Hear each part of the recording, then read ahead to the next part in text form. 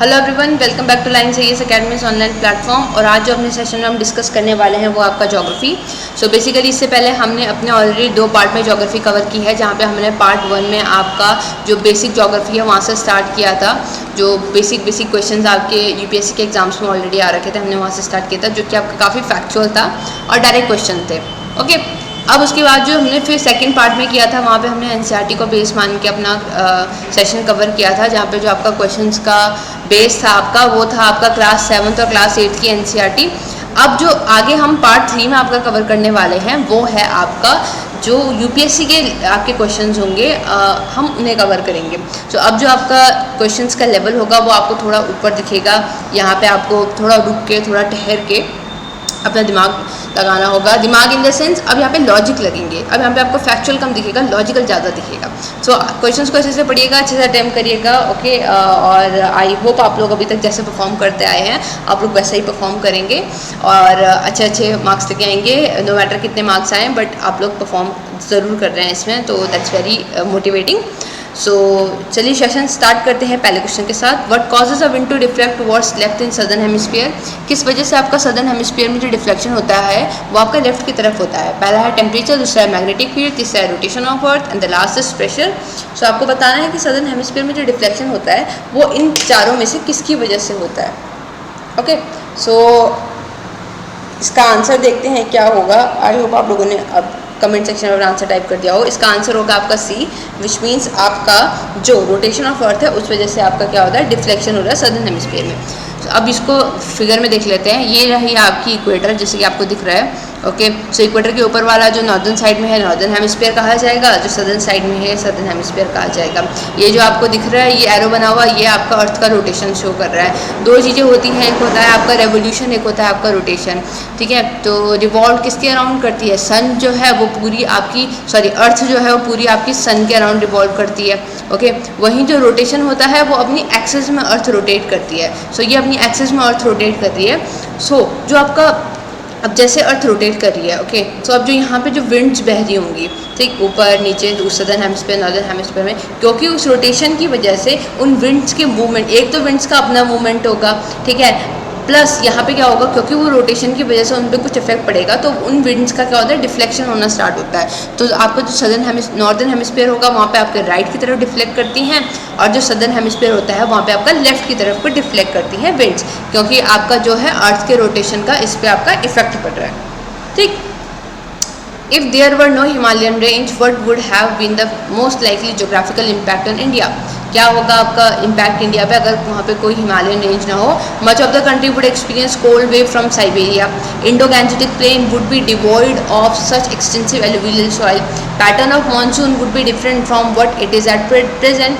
तो आपके ऑप्शंस हैं A only, 1 only, 1 and 3 only, 2 and 3 only, 1 to 3 only. आपको बताना है कि अगर हिमालयन रेंज नहीं होती तो क्या क्या आपके रिजल्ट हो सकते थे जो आपको इंडिया की ज्योग्राफी में देखने को मिलते हैं।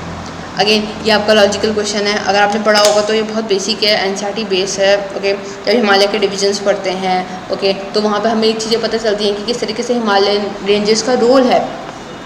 And answer is 1 to 3।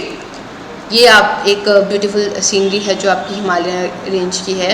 Okay, यहाँ पे मैंने ये इसलिए डाली है लाइक क्योंकि इसमें आपको जो समझाने वाला था वो ये पीछे का था। So despite of the fact कि मुझे यहाँ पे ये सब जाना चाहिए था, मैंने बहुत प्यारी सी सीनरी डाली है, जोक्स अपार्ट। तो पहला इसलिए सही है क्योंकि अगर आपकी हिमालयन रेंजेस नहीं होंगी, ओके, तो जो साइबेरिया, आपको पता है कि आपका रशिया हमारा ऊपर की तरफ को पड़ता है, तो रशिया से जो निकलने वाली आपकी साइबेरिया जो आपकी विंड कोल्ड वेव्स होती हैं वो आपकी डायरेक्ट इंडिया में एंटर कर जाएंगी। डायरेक्ट इंडिया में एंटर करेंगी तो वो क्या होगी, वो आपकी जितनी भी आपकी क्लाइमेटिक कंडीशंस हैं उनको अफेक्ट करेगी। दूसरा, क्योंकि ये बहुत बड़ी हैं, हिमालयन रेंजेस बहुत एक्सटेंसिव हैं और बहुत वाइड हैं, बहुत ज़्यादा अमाउंट में फैली हैं, तो ये क्या करती हैं, इन्हें ब्लॉक करती हैं, जिसकी वजह से हमें कोल्ड वेव साइबेरिया से नहीं देखने को मिलती है।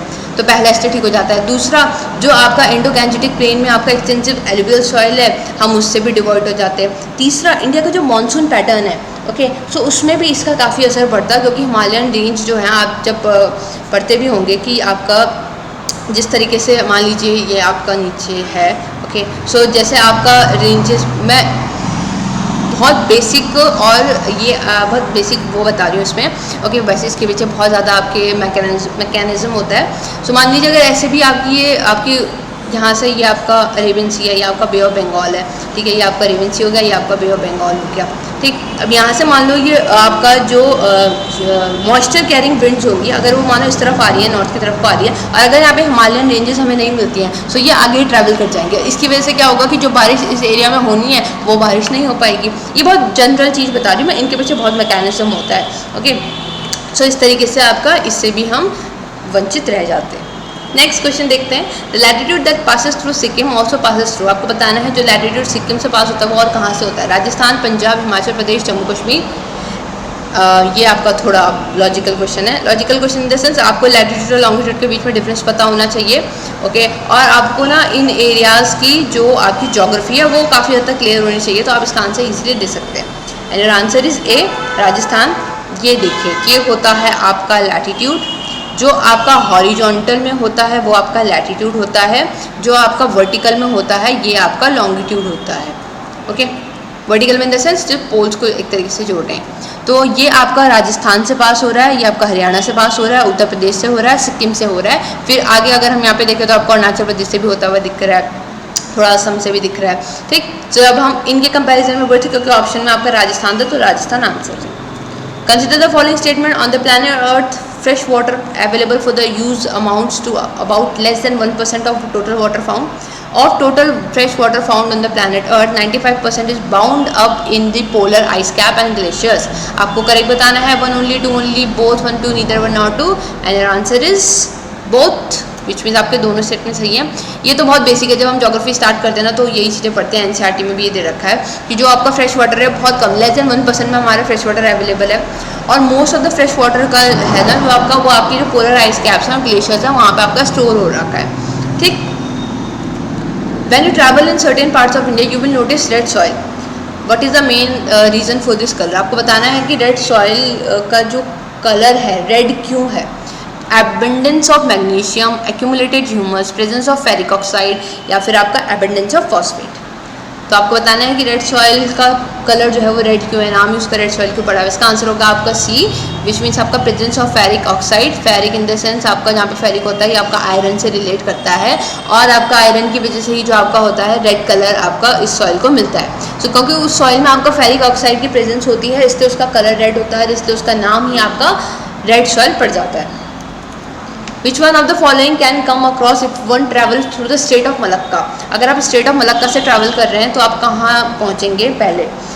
बाली, जावा, ब्रुनई, सिंगापुर। अब आपको हमें बताना है आप पहले किधर पहुँचेंगे। ओके, सो आपको इसके लिए तो आपको पहले ये पता होना चाहिए कि स्टेट ऑफ मलक्का किस किस के बीच में है। ओके, फिर आपको इन प्लेसेस की वो पता होनी चाहिए, ज्योग्राफी पता होनी चाहिए, लोकेशन पता होनी चाहिए। And your answer is D, Singapore.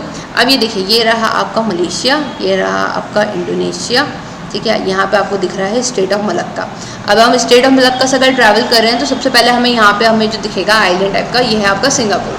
तो आंसर हो गया आपका सिंगापुर। अब इसको दोबारा देखते हैं और बड़े मैप में, ये हम दिख गया, ये है स्टेट ऑफ मलक्का, यहाँ पे हमें सिंगापुर दिख गया। अब अगर हम इससे हम और आगे आते रहें तो ये रहा आपका जावा, ठीक, ये रहा आपका जावा। ये आ गया आपका इंडोनेशिया में, ये रहा आपका बाली। ये फिर आगे जाएंगे तो ये दोनों आपका इंडोनेशिया में पड़ते हैं। फिर अगर हम ब्रुनई की बात करते हैं तो ब्रुनई आपका यहाँ पे पड़ता है, ठीक। सो आपके ऑप्शंस में क्या क्या थे, आपका बाली दिख गया, हमें जावा दिख गया, हमें ब्रुनई दिख गया, सिंगापुर दिख गया। तो अगर हम वापस से स्टेट ऑफ मलक्का से अगर हम ट्रैवल कर रहे हैं तो सबसे पहले हम सिंगापुर पहुँच रहे हैं। यहाँ भी देखिए, सबसे पहले हम सिंगापुर पहुँचेंगे, फिर हम कहीं जाके जावा, फिर आपको बाली दिखेगा, और ब्रुनई तो आपको इस तरह दिख रहा होगा। ये पूरा आपको एक मैप दिख रहा है साउथ ईस्ट एशिया का। ये रहा आपका Myanmar, Thailand, Laos, Vietnam, Cambodia, Malaysia, Singapore, Brunei, Indonesia, Philippines. Indonesia ये आपका पूरा है, जितना भी येलो दिख रहा है ना आपको, ये इंडोनेशिया है। ये ईस्ट तिमोर है, ये अलग से यहाँ पे। तो इंडोनेशिया आपको इतना ज़्यादा फैला है, बहुत ज़्यादा नंबर ऑफ आइलैंड्स हैं इसमें, ठीक।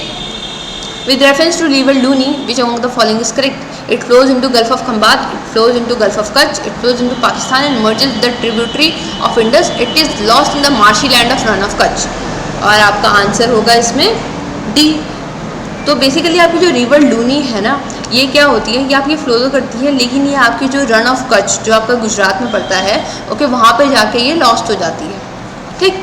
सो आपका आंसर ये होगा। इसके लिए इतना ही इंपॉर्टेंट है। अब आप ये देख सकते हैं कि ये किसकी उसमें आती है, लाइक किस रिवर के साथ मिलती है, या फिर किस रिवर के आपके कोर्स में पड़ती है, या फिर ये अकेली ही रिवर है, या फिर ये इसका ओरिजिन कहाँ से। इतना डीप आप करना चाहें तो कर सकते हैं, ये आपके ऊपर है। With reference to the soil conservation, consider the following practices: crop rotation, sand fences, terracing and windbreaks. आपको बताना है सॉइल कंजर्वेशन को बचाने के लिए क्या क्या मेथड यूज़ कर सकते हैं इंडिया में। 1, 2 and 3 only, 2 and 4 only, 1, 3, 4 only, 1, 2, 3, 4 only, and your answer is C, which means आपका 1, 3 and 4। सो अगर आप यहाँ पे सैंड फेंसेस हटाते हैं, ठीक है, तो आपका आंसर सीधे आपका आंसर पहुँच रहे हैं 1, 3, 4। अब वैसे भी सैंड फेंसेस का हम ज़्यादातर जो आपका यूज़ अगर हम देखें, अगर हम नाम के अकॉर्डिंग जाए तो डेजर्ट वाले एरियाज़ में हम मान सकते हैं जहाँ पे आपके सैंड की अवेलेबिलिटी होगी। सिंपल सी बात है।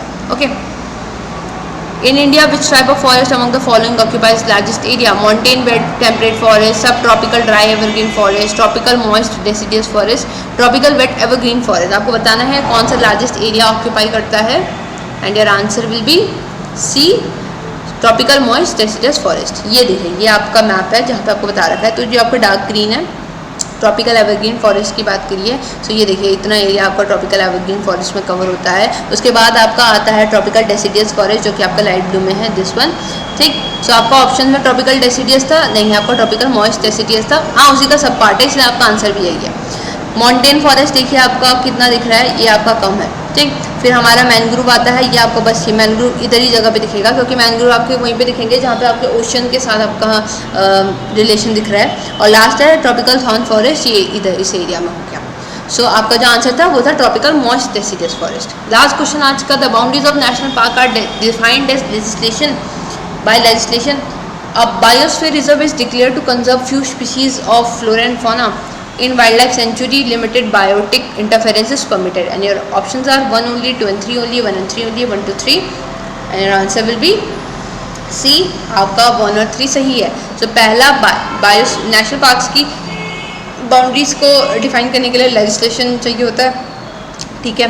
दूसरा पूछ रहा है कि बायोस्फीयर रिजर्व को डिक्लेयर करना, बायोस्फीयर रिजर्व में आपकी फ्यू स्पीशीज़ को किया जाता है, नहीं, बायोस्फीयर रिजर्व में तो आपका बहुत होते हैं। तीसरा, वाइल्ड लाइफ सेंचुरी में आपका क्या होता है, लिमिटेड बायोटिक इंटरफेरेंस होता है, इस परमिटेड। ओके, ये आई गेस अबायोटिक होगा। ओके, ये मिसप्रिंट हो गया है, क्योंकि biotic interference is too natural, but abiotic which is not from related to biosphere.